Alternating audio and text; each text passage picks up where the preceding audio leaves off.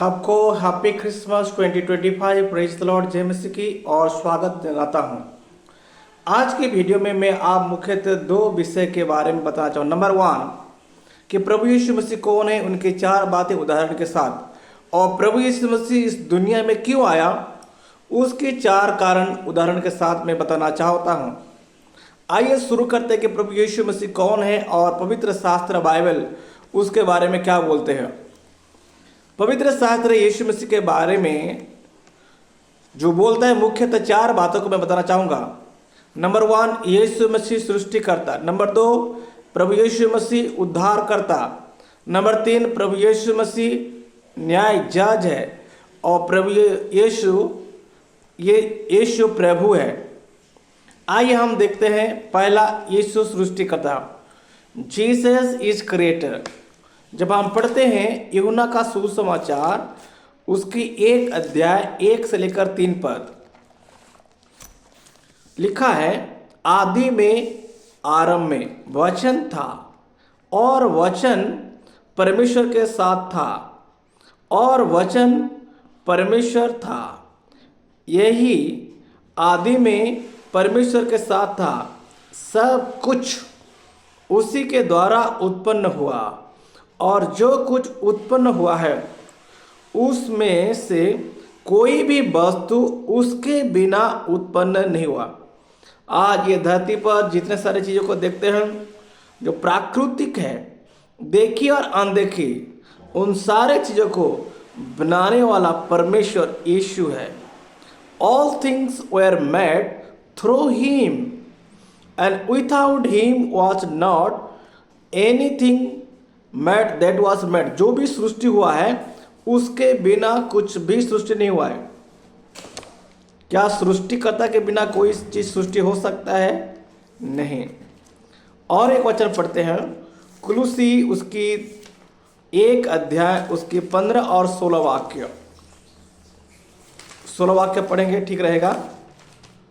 कुलुसियों का पत्री 1 अध्याय, उसमें बहुत अच्छा लिखा है कि देखी और अनदेखी, क्या सिंहासन, क्या प्रभुताएं, सब चीज उसके द्वारा और उसके लिए सृजा गया, क्योंकि उसी में सारी वस्तुओं की सृष्टि हुई।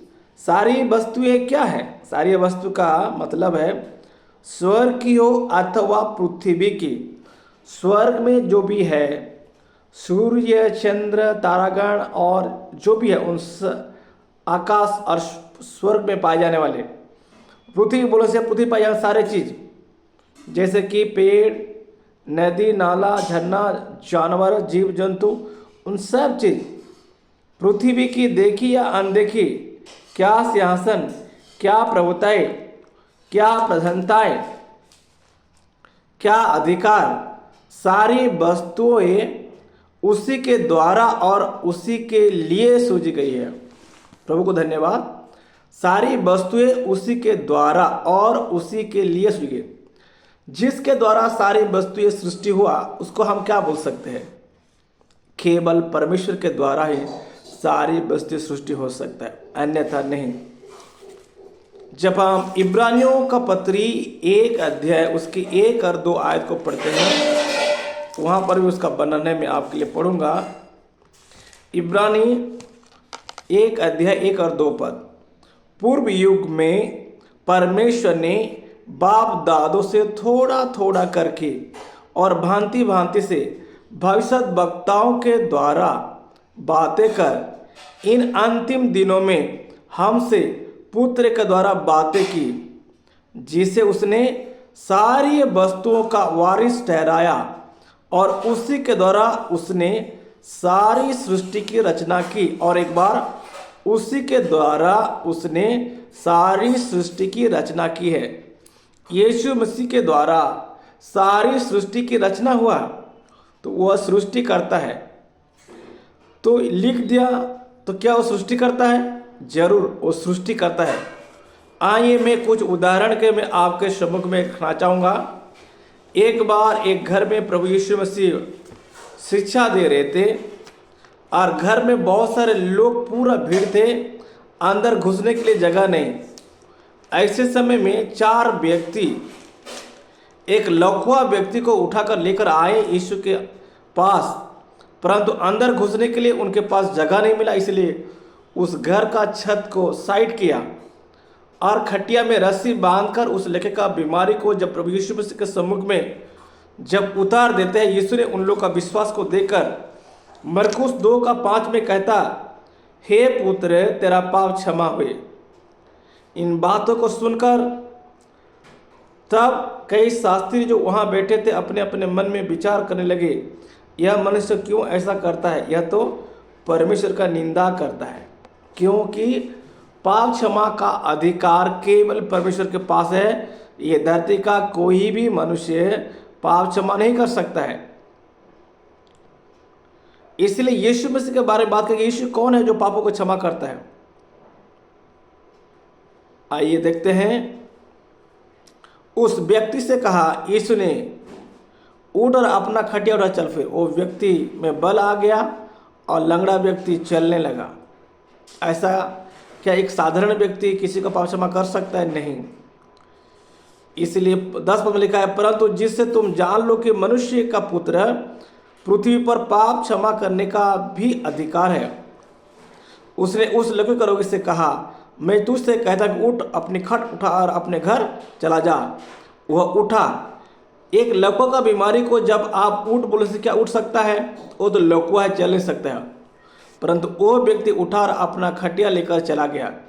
अर्थात उसका पापों को क्षमा किया यीशु ने, पापों को क्षमा हुआ, इसलिए वो व्यक्ति चंगा हो गया।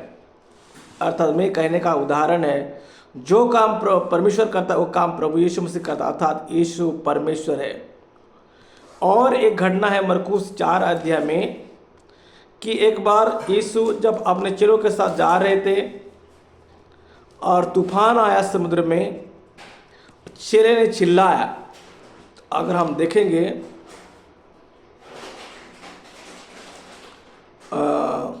उसी दिन जब सांझ हुई तो उसने चेलों से कहा, आओ हम पार चले। और वे भीड़ को छोड़कर जैसा हुआ था वैसा ही उसे नाव पर साथ ले चले, और उसके साथ और भी नावें थी। तब बड़ी आंधी आई और लहरें नाव पर यहाँ तक लगी कि वो पानी से भर जाती थी, और वह आप पिछले भाग में गद्दी पर सो रहा था। तब उन्होंने उसे जाकर उससे कहा, हे गुरु, क्या तुझे चिंता नहीं कि हम नष्ट हुए जाते हैं? 39। तब उसने उठकर आंधी को डांटा और पानी से कहा, शांत रह, थम जा। और आंधी थम गई और बड़ा चैन हो गया। क्या कोई साधारण व्यक्ति आंधी तूफान को शांत करेगा तो हो जाएगा? नहीं। तो यीशु जब आंधी और तूफान को डांटा, आंधी तूफान शांत हो गया। क्यों? क्योंकि यीशु उनकी सृष्टि करता। वो आंधी तूफान के ऊपर भी यीशु मसीह के अधिकार है, इसलिए वो सृष्टिकर्ता को उन्होंने बातों को माना। और एक अचंभा बात कि एक व्यक्ति जिसका नाम था लाजरस मर के 4 दिन हो गया था, और यीशु ने जब उसका नाम लेकर बुलाया, वो व्यक्ति हाथ पांव बांधे हुए वो आ गया। अर्थात यीशु मसीह मृत्यु के ऊपर उसके अधिकार है।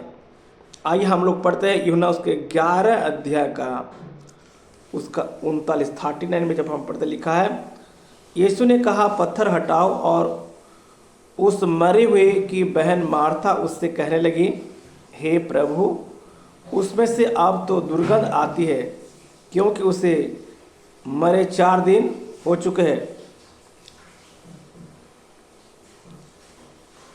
ओके, तो यहाँ पर हम देखते हैं कि प्रभु यीशु मसीह एक मुर्दे को आवाज़ देता है।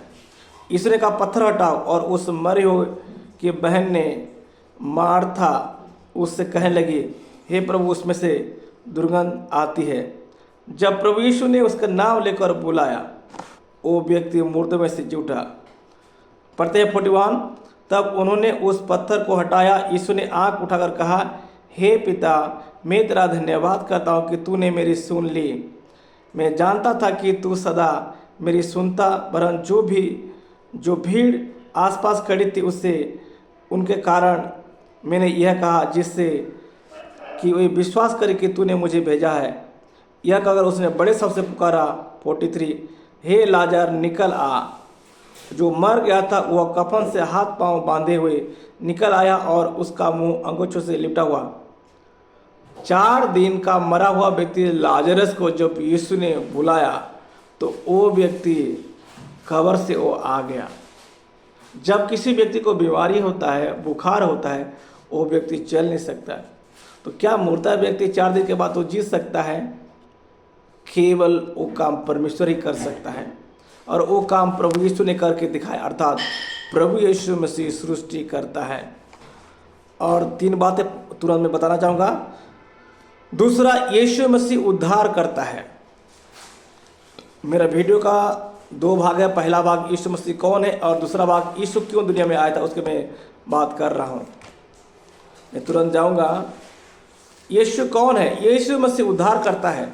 जब मत्ती के सुसमाचार 1 अध्याय उसकी 21 पद को जहाँ हम पढ़ते हैं, जिस समय मरियम गर्भवती थी और यूसुफ ने मन में सोच रहा था यूसुफ एक धर्मी व्यक्ति था, हम उसको त्याग देंगे।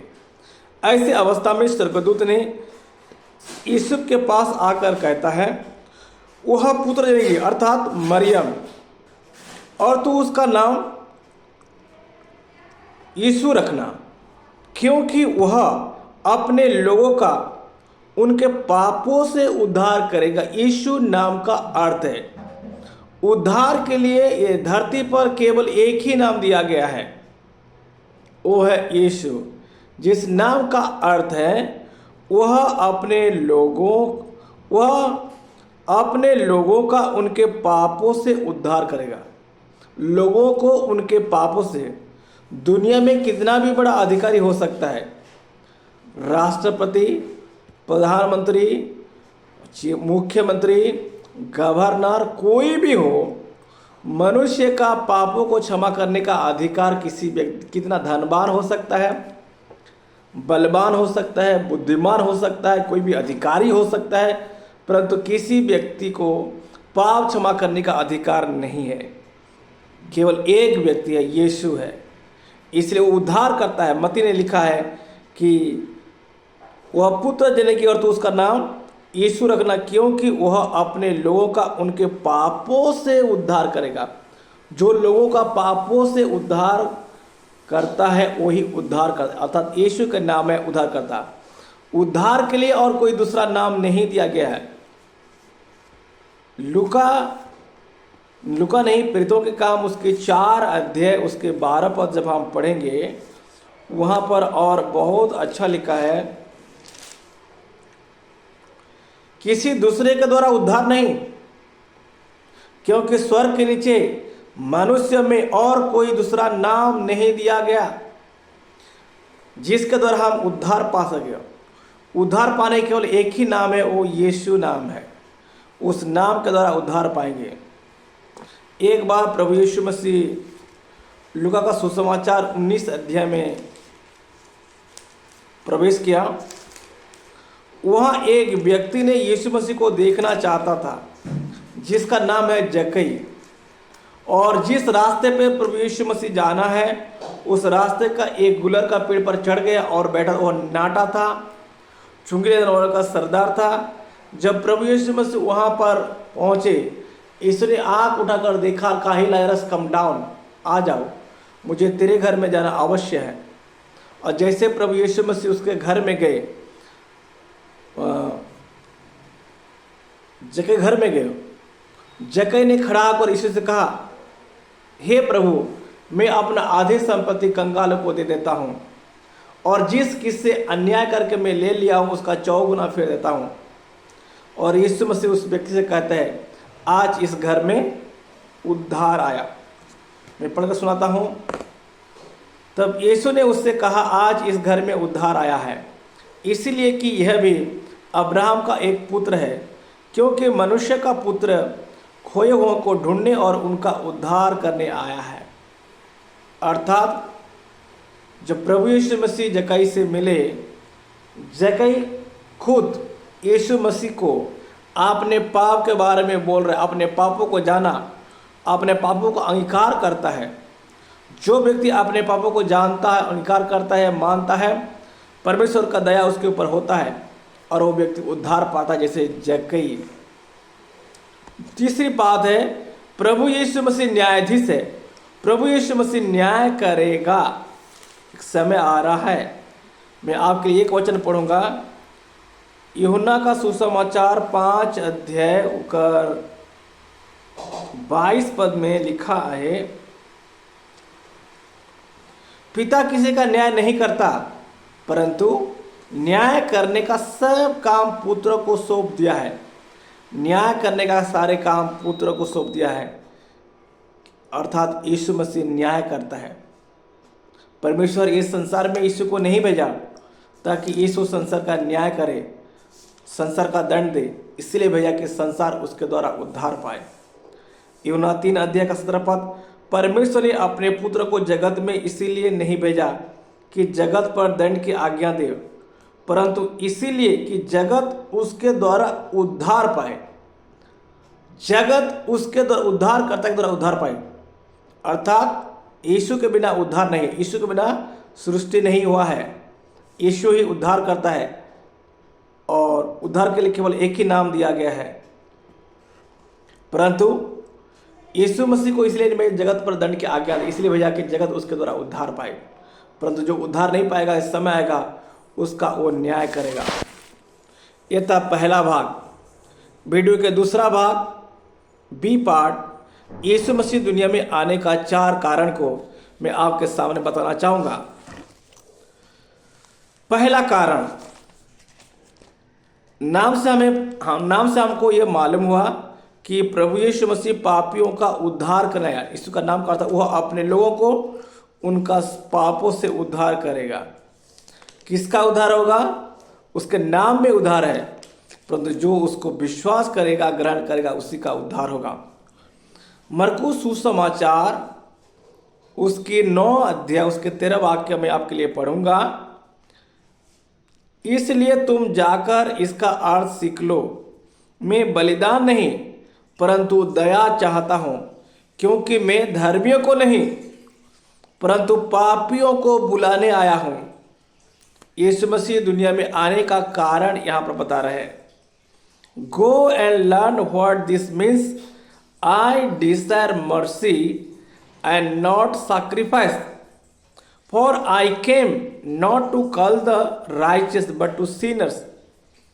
मैं धर्मियों को नहीं परंतु पापियों को बुलाने आया हूं। प्रभु यीशु मसीह पापियों को बुलाने के लिए आया। तो क्या प्रभु यीशु मसीह पापियों का पाप को पसंद करता है, प्यार करता है? नहीं। तो फिर क्यों? क्योंकि प्रभु यीशु सृष्टि करता है, सारे मनुष्य की सृष्टि करता है।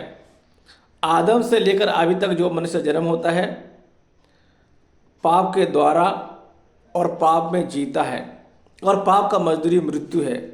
परंतु परमेश्वर नहीं चाहता कि कोई एक व्यक्ति नष्ट हो जाए, क्योंकि पाप का मजदूरी मृत्यु है। परमेश्वर धर्मी है, किसी को नहीं छोड़ेगा। यह धरती का प्रत्येक व्यक्ति परमेश्वर का न्याय शासन के सम्मुख में दंड पाने का योग्य है। कोई व्यक्ति भी बच नहीं सकता है। तो यीशु मसीह अपना आने का कारण बता रहा है कि मैं इसलिए आया, पापियों को बुलाने के लिए आया है। और एक पापी, वो यहूदी, वो जक्कई, चुंगी लेने वाला सरदार था। उनके पास संपत्ति था, धन था, परंतु उनके पास उद्धार नहीं था। जब कोई व्यक्ति अपने पापों को जानता है, मानता है, छोड़ता है, वो उद्धार को पाता है। रोमी का पत्री उसके 3 अध्याय उसके 10 वाक्य जब हम पढ़ते हैं, बहुत अच्छा वचन लिखा है कि धरती पर रहने वाला एक भी व्यक्ति धर्मी नहीं। एक व्यक्ति अगर धर्मी नहीं तो क्या है? धर्मी नहीं तो पापी है, और पापी है तो पाप का मजदूरी दंड पाने का योग्य। मैं आपके लिए पढ़ता हूं रोमी 3 अध्याय उसके 10 वाक्य लिखा है। जैसा लिखा है, कोई धर्मी नहीं, एक भी नहीं। As it is written, none in righteous, no not one. एक भी व्यक्ति धर्मी नहीं है। अगर एक धर्मी नहीं है तो सब व्यक्ति पापी है और पाप का मजदूरी मृत्यु है। रोमी 6 अध्याय उसके 23 में लिखा है, क्योंकि पाप की मजदूरी तो मृत्यु है, परंतु परमेश्वर का वरदान हमारे प्रभु मसीह यीशु में अनंत जीवन है। पाप का मजदूरी क्या है? मृत्यु है, परंतु परमेश्वर का वरदान यीशु मसीह जो है, हमारे प्रभु यीशु मसीह में अनंत जीवन है। पाप करने वाला पापी मृत्युदंड पाने का जगह में परमेश्वर अनंत जीवन देना चाहते हैं, और वो अनंत जीवन प्रभु यीशु मसीह में है। फ्री गिफ्ट ऑफ गॉड, मनुष्य को फ्री में अनंत जीवन देना चाहता है। वो कैसे? वो प्रभु यीशु में। और यीशु और एक वचन, एक प्रभु यीशु मसीह का एक शिष्य था, वो अपने बारे में क्या बोलता है और यीशु मसीह के बारे में क्या बोलता है। आइए पढ़ते हैं 1 तीमुथी 1 अध्याय उसके 15 वाक्य। यह बात सच और हर प्रकार से मानने के योग्य है कि मसीह यीशु पापियों का उद्धार करने के लिए जगत में आया। क्यों आया? पापियों का उद्धार करने के लिए जगत में आया, जिनमें सबसे बड़ा मैं हूं। पौलुस कहता है कि प्रभु यीशु मसीह पापियों का उद्धार करने के लिए जगत में आया और सबसे बड़ा मैं हूं। उद्धार करने के लिए आया और वो उद्धार करता है, परंतु उद्धार किसका होगा? जो ग्रहण करेगा और जो कोई विश्वास करेगा वो नाश ना होगा परंतु अनंत जीवन पाएगा। दूसरी पॉइंट आइए हम देखते हैं कि यीशु मसीह दुनिया में आने का कारण। लूका का सुसमाचार 19 अध्याय उसके 10 पद में जब हम पढ़ते हैं, प्रभु यीशु मसीह कहता है, मैं आपके लिए पढ़ूंगा, मनुष्य का पुत्र, क्योंकि मनुष्य का पुत्र खोए हुओं को ढूंढने और उनका उद्धार करने आया है। मनुष्य का पुत्र अर्थात यीशु, वो परमेश्वर जो आदि में वचन था, वो मनुष्य, वो देह धारण किया। क्यों आया? मनुष्य का पुत्र खोए हुए को, क्या खोया हुआ था? मनुष्य जब पाप किया परमेश्वर का संगति से अलग हो गया। पापों में खोया हुआ व्यक्ति को ढूंढने के लिए और उद्धार करने के लिए आया। परंतु लोग परमेश्वर को ढूंढते हैं, दर्शन पाने के लिए, खोजने के लिए जाते हैं, परंतु बाइबल का परमेश्वर पापी मनुष्य को ढूंढते खोजते हुए आया। ये था दूसरा कारण। प्रभु यीशु मसीह दुनिया में आने का तीसरा कारण, अपना प्राण देने के लिए। लोग तो जीना चाहते हैं, परंतु यीशु मसीह दुनिया में आया था पापियों के लिए, पाप का दंड मृत्यु को अपने ऊपर लेने के लिए। मरकुस का सुसमाचार उसके 10 अध्याय, मरकुस सुसमाचार 10 अध्याय उसके 45 वाक्य को मैं पढ़ता हूं। क्योंकि मनुष्य का पुत्र इसीलिए नहीं आया कि उसकी सेवा टहल की जाए, पर इसीलिए आया कि आप सेवा टहल करें और बहुतों की छुड़ौती के लिए अपना प्राण दे। यीशु मसीह क्यों आया? बहुतों को छुड़ौती के लिए अपना प्राण देने के लिए आया था। और प्रभु यीशु मसीह अपना प्राण कैसे दिया? मनुष्य का प्राण कहाँ रहता है? मनुष्य का प्राण लहू में रहता है, क्योंकि मनुष्य का प्राण लहू में रहता है। इस कारण लहू बहाए बिना मनुष्य के पापों का क्षमा नहीं होती। जब हम पढ़ेंगे इब्रानी उसकी 9 अध्याय उसके 22 वाक्य, सच तो यह है कि व्यवस्था के अनुसार प्राय सब वस्तुएं लहू के द्वारा शुद्ध की जाती है और बिना लहू बहाए पापों की क्षमा नहीं होगी। सच तो यह है कि व्यवस्था के अनुसार प्राय सब वस्तुएं लहू के द्वारा शुद्ध की जाती है और बिना लहू बहाए पापों की क्षमा नहीं होती। पाप क्षमा के लिए लहू की आवश्यकता है, शुद्ध लहू की। परंतु ऐसा कौन सा लहू है शुद्ध है? सारे मनुष्य तो पापी है। इसलिए एक व्यक्ति यीशु जो मरियम कुंवारी के द्वारा गर्भ में आया, और मरियम परमेश्वर की आत्मा और पवित्र आत्मा के द्वारा गर्भधारण किया। इसीलिए स्वर्गदूत ने कहा वो जो जन्म होगा वो पवित्र है, वो परम प्रधान परमेश्वर का पुत्र कहलाएगा, क्योंकि उसमें मनुष्य के द्वारा नहीं परंतु परमेश्वर की आत्मा और सामर्थ्य के द्वारा मरियम ने गर्भधारण किया। तो यीशु ने अपना लहू, उसके लहू में शुद्धता है। क्या कारण था लहू बहाने का? मैं एक वचन को पढ़ूंगा।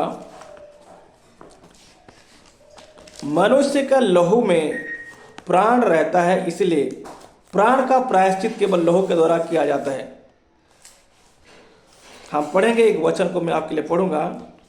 लेवी व्यवस्था उसकी 17 अध्याय उसका 11 पद। क्योंकि शरीर का प्राण कहाँ रहता है? लहू में रहता है, और उसको मैंने तुम लोगों को वेदी पर चढ़ाने के लिए दिया है कि तुम्हारे प्राणों के लिए प्रायश्चित किया जाए, क्योंकि प्राण के कारण लहू ही से प्रायश्चित। प्राण के कारण, मनुष्य का प्राण लहू में रहता है, इसलिए उसको मैंने तुम लोगों को वेदी पर चढ़ाने के लिए दिया है कि तुम्हारे प्राणों के लिए प्रायश्चित किया जाए। अर्थात प्रभु यीशु मसीह क्यों आया था? Son of man came to serve and to give his life as a ransom for many. बहुतों के प्राणों की छुड़ौती के लिए अपना प्राण देने लिए यीशु मसीह आया। मैंने पढ़ा है, फिर एक बार फिर आपको मैं पढ़कर सुनाता हूं कि प्रभु यीशु मसीह, फिर एक बार सुनिएगा। मरकुस 10:45। क्योंकि मनुष्य का पुत्र इसीलिए नहीं आया कि आप सेवा टहल की नहीं आया कि उसकी सेवा टहल की जाए, पर इसीलिए आया कि आप सेवा टहल करें और बहुतों की छुड़ौती के लिए अपना प्राण देने के लिए आया। प्राण के कारण लहू से प्रायश्चित होता है। जब हम पढ़ेंगे यशा का पुस्तक उसकी 53 अध्याय में आपके लिए पढ़ता हूं। वो अपना प्राण को उंडेल दिया। हम पढ़ते हैं यशा 53।